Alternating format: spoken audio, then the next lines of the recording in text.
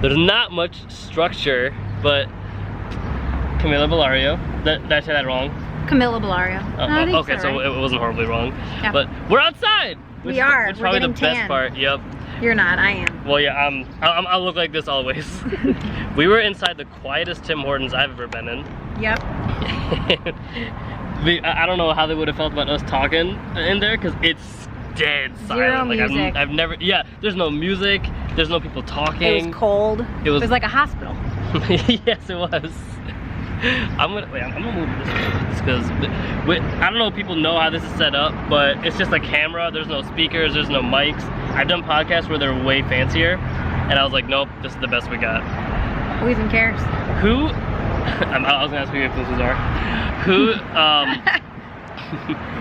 That was the only thing that she said don't ask, and now that's the first thing that comes to my mind. How did you decide to get into comedy? Well, and why would you do this to yourself? Yeah, I don't know. In that order. I've been doing it for like a little, I guess it started in January, so it's like a year and a half now. I've been performing music forever now. I studied music in my undergrad, and I've always done theater. And I honestly just kind of decided I wanted to do it one day. I think I was taking a yoga class. And what? Like, that's how it came to you? Well, yoga classes are hilarious. Yeah, they smell like people are acting weird. I've never been to a yoga class. What? No. Oh. It is. I mean, I have nothing against them. I've just never done it. Like Yeah, it's fertile ground for jokes. It really it is. Yes. Yes. That is like, did you start making fun of people in yoga? Is that Well, how it's like the thoughts, because they tell you should be like meditating and thinking about just one thing, but then that's exactly the moment when you're like, but what's that smell? You know? Like, right. Is that a bit? No, it's not. It should be. Yeah. Like, this should be the start of a real, like, I've seen it perform a bunch of times. Like, this should be a bit right now. Yeah, I mean, I've written about it. I've talked about it. I haven't done it on stage yet, I guess, but yeah, so yoga class. And then I think like I wrote enough jokes about this yoga class. I was actually, so when I realized I wanted to do stand-up, I was at a meditation retreat. That's good, okay. This is not where most people start stand-up. I had just gone through this breakup like years ago, and I was at this meditation retreat up in Traverse City, and it was amazing, and I loved it. Okay. And we did a lot of yoga, and it was, you know, it was pretty funny. Like it was No one goes to yoga for comedy, by the way. You're like, the only one who's done that. You know, like outside looking in, hilarious. Inside looking out, like you're holding hands with a bunch of other women and like singing and crying and meditating and doing yoga. In Traverse City. But like simultaneously, I was looking at myself from the outside looking in, like this is fucking funny. Am I allowed to swear?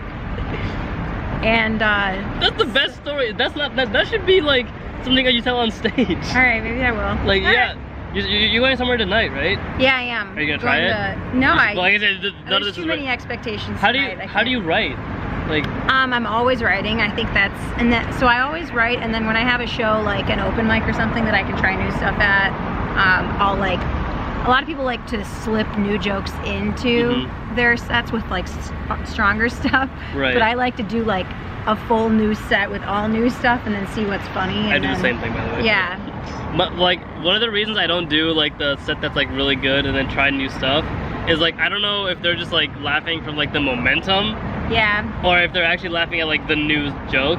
But if it's all new stuff, I can guarantee like what they're laughing at. Typically, like I can fit it into an old joke, or it'll be the beginning of another joke, or be a good segue between another. So once I find out that it's funny at an open mic, then I might add it in. Like tonight, I'll be adding in a couple things that I tried at an open mic, and I've done it a few times now. Oh, okay. So so when you write, do you write like on your phone, or do you like handwrite it? Like, what do you do? So it depends on where I am. If I'm in the car, I'll say it into my voice recording, but then I never go back. I never listen to that. I know. I do the same thing. I'll do it, and in my mind, I'm like, oh my gosh, this is hilarious. And like, I'll go back like one day, and I'm like, there's like 6 of them. Yeah. I was like, wow. So what I used to do before I even did stand up was, and I don't even know why I did it, and then I used it later when I started doing stand up, but I have emailed myself jokes and like sketch comedy concepts. I've been doing that for years, like 10 years. Oh, really? Yeah. Wow. So I have like... How old were you started? When I started writing, I was writing I would be like, if SNL ever needs me. I'm ready. I have a document with several concepts that are pretty enticing and haven't been done. So I have that. And then I started doing stand-up, and I based some jokes on some of those sketches. And are you gonna make them like into like actual sketches, or are you just gonna like turn them into stand-up? I don't know. No, like some sketch comedy wouldn't be funny as if I just said it out loud. I've done, because like for YouTube, like I've done like sketch comedy as well as stand-up. I don't upload my stand-up to YouTube, but like I have noticed that there are certain jokes that are just not the same. Yeah. Depending on the platform which you present them. Yeah, I mean that's partially why. So I'm a musician, as you know, and I think that's, you know, when I first started doing stand-up, I didn't expect to do music with it at all. So the first thing that I did when I decided I would do stand-up is I signed up for Bill Bouchard's class at Mark Ridley's, and this was two Januaries ago, so almost 2 years ago now.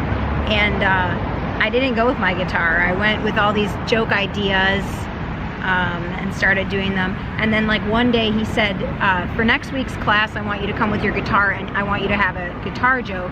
I didn't... How did he know you had a guitar? Or did you bring it up? I think I mentioned, like, so they asked why did he do it? Okay, because I was like, wait, how did he look at you and he was like, guitar? I was like, what? No. How did it... I have a guitar tattooed on my, he was like, no, I want you to use both. He knew that I was a musician. And Bill watches these, by the way. Oh, does he? Yeah, he does. Cool. Hey, Bill. I have him to thank for that. Yep. Everyone talks about the stand-up class. Yeah. Like, he's incredible. Yeah. And there, in the beginning, I was a little bit anxious about it because there's this stigma. I don't know. I think people it's kind of, I've seen a lot of musical comedy, and it doesn't always work. Sometimes it can be pretty corny. And the last thing I would ever want to be is corny. So I think I was nervous about that in the beginning. I was worried. You're certainly not corny. I'll just tell you that right now. Thank you. If you haven't heard that from anyone, like, part of the reason that I want to talk to you about it as opposed to someone else, because when you do the musical comedy thing, yours is actually entertaining. Thank you. Like, other people, I was like, oh no. Yeah. It just doesn't work in the slightest, but like you actually keep the jokes going. Thank you. Because some people, like, this is the biggest problem I've seen with it, is like they don't actually continue, like they'll have like a whole new set with their guitar. Yeah. Whereas like you'll transition into it, but you'll talk about the same things with like an instrument. Well, yeah, I mean that's gone. That's fine. Yeah. Don't worry about that, it's gone. It's just my cap. The whole thing is that there's certain things that you can say easier when you sing it in a song, like it's in different platforms. Yeah, and it wouldn't be funny if I said it, but it is funny if you say it in a song. Like I have this whole song about my boobs, and like that could be pretty off-putting if you just talk about your boobs for 4 minutes, you know, but if you can introduce especially if a guy did that. Yeah, right. That would be something. You absolutely cannot. I'm restricted in what I can discuss, apparently. Yeah, but if you sang it in a song, it would. It might be hilarious. I would yeah. laugh. Like, you know who Aaron is? Aaron, what's his name? Oh gosh, there goes his last name. But like, he like dances on stage. Aaron White? Is that? Crap. Well, we're forgetting that. But like, I've had him on this too, and like, he's someone who does, like, he's not just doing stand-up like with a microphone. Like, he's like physically like humping the stool. Yeah. And he's like twerking on the walls, and I was like, what are you doing? But for whatever reason, like when he does it, I think he does it in the same form that you do. Is like he continues the joke he was talking about, and just does it like through a different medium. Yeah. Whereas like I don't like it when people have like, they bring out like their guitar. TJ Miller has this thing with like a saxophone, and like the reason his is funny is because like he incorporates like pretty much like the instrument he's using has a purpose in the joke.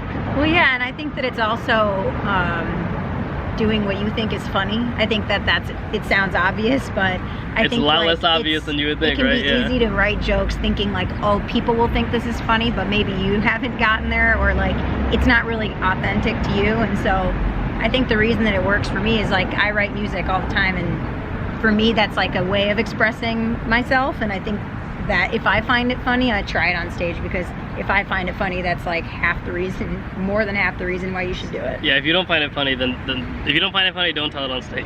Yeah. Which is surprising how less people actually apply that rule. Yeah, I've had some comedians tell me like, just keep writing what you think is funny, keep writing what you think is funny, and I think that that's something to remind yourself.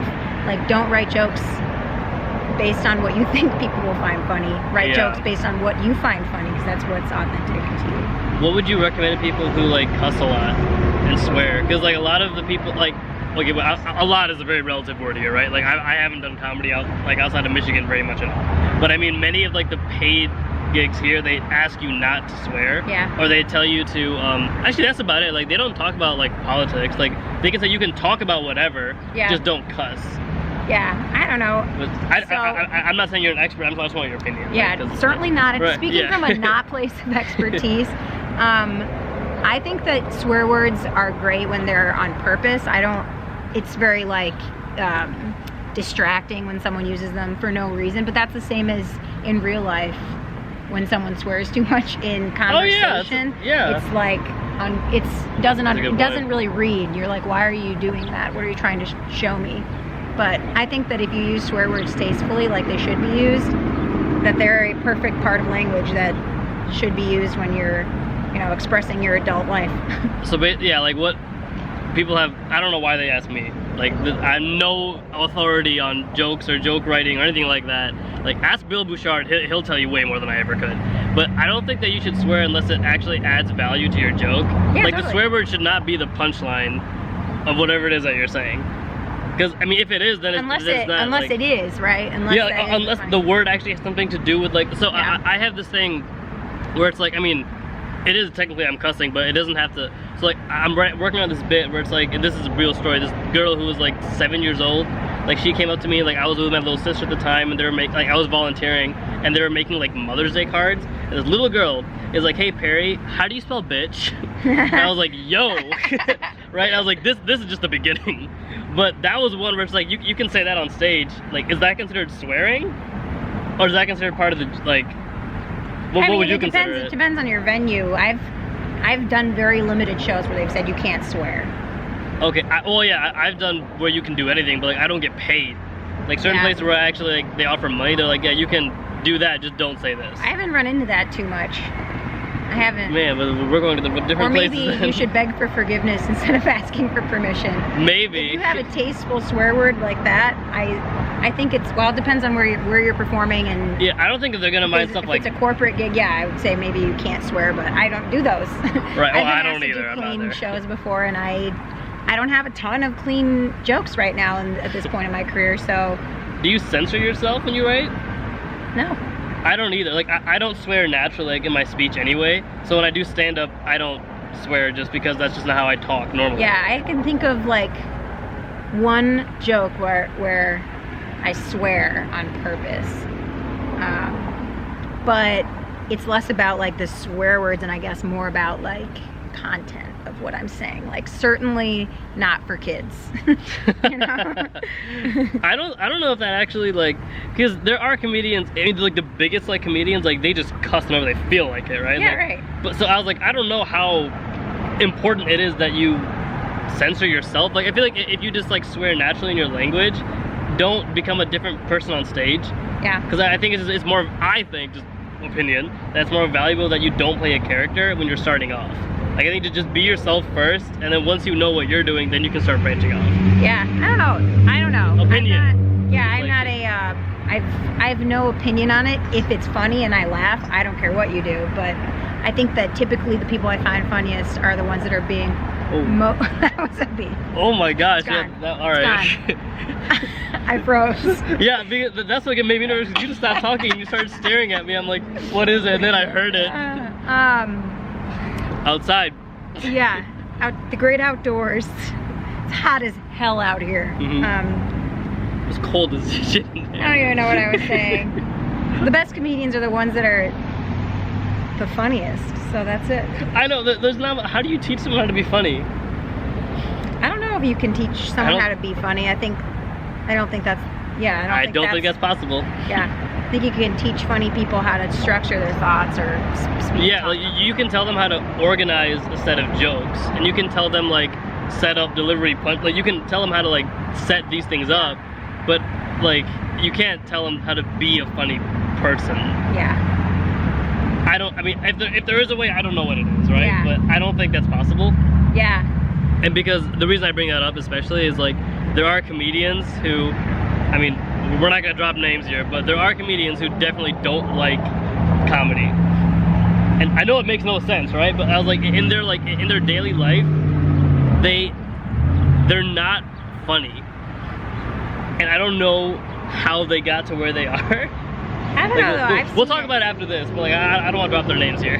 No, I've seen that actually a lot more in music than in comedy. I think like comedy is really interesting because it's very personal. And so why you do comedy is very personal. Isn't music? Well, that's what I was gonna get to. Sorry about that. The freaking punchline. Sorry, my bad. Yeah, well, in music, I would see that a lot, and sometimes it can be pretty, like, it's off-putting when you'll meet a musician, or like, I would hire musicians to be like in my band sometimes. And you have a band? Well, currently, you get more gigs if you're compact. Oh, so I have shit, one that's band. Awesome. Okay, good for So you. I play a lot with my friend Dan Kaplan, and he's awesome, and we write music together and stuff. But when I would do big shows with like a bigger band, I experienced that a lot with musicians, is people that have been doing it for like 30 years as a means of their income. A lot of them over time grow to resent performance. And it's not necessarily that they don't like playing their instrument or doing their craft, but they're just freaking tired of going up on stage and like doing, and to me, I don't understand it. Like, I can't relate with that feeling, but some people just grow to resent the things that they used to love. I think that it happens when you depend on your craft for income. I think that sometimes you can become like bitter. Yeah, resentful towards it, or it can be well, especially in comedy, I'm like new at it, but coming from a place of performance, like, because comedy is so personal and because it's so like vulnerable every single time you do it. Like, I could sing for 3 hours and I pretty much know how it's going to turn out. Like, I've played these songs, maybe I'll do a new song, but even if I mess it up, like, people are drinking beer and they're fine.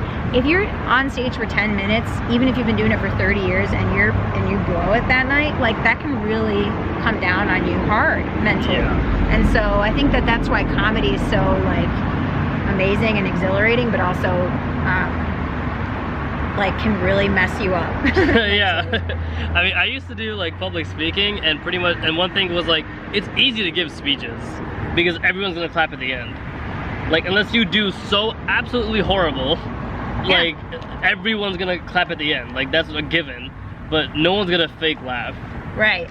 Like, you'll know right then and there if you're funny or not. I mean, that's the fun part. Right. That's the scary part. Exactly. That is the fun part. It's the part that you get nauseous about, but it's also the best part.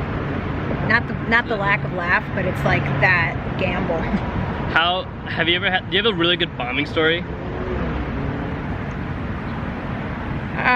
No. I mean, I wouldn't say like I've never bombed, because I have. I'm trying to think. I don't really have any big bombing stories. I have left shows where I like leave and I'm just totally quiet in my car for like 2 hours. Oh gosh. Or like I'll sit. My big weird thing that I do when I come back from a show that maybe didn't go well, or like I don't even know if it means it didn't go well. It just didn't, like, I didn't get the exhilarating energy that you get from a really good show. Mm-hmm. I'll sit in my car, in my garage, for like 2 hours and just stare. Or like hold my phone and like be on my, like, I cannot physically get myself out of my car for a while. Or like sometimes I'll sit in my kitchen with my coat on and just like stare. Quietly, just stare. What are you thinking about? I don't know. I think my brain is just like tired, taking a vacation. I don't know. Oh, okay. I cannot get my ass out of my car sometimes when I park it. Yeah, I got you. I use a lot of mental energy, like when I get on stage. Like I can't perform more than twice a week. Oh yeah. Just because like I'm so like tuned into what I'm doing as it's happening.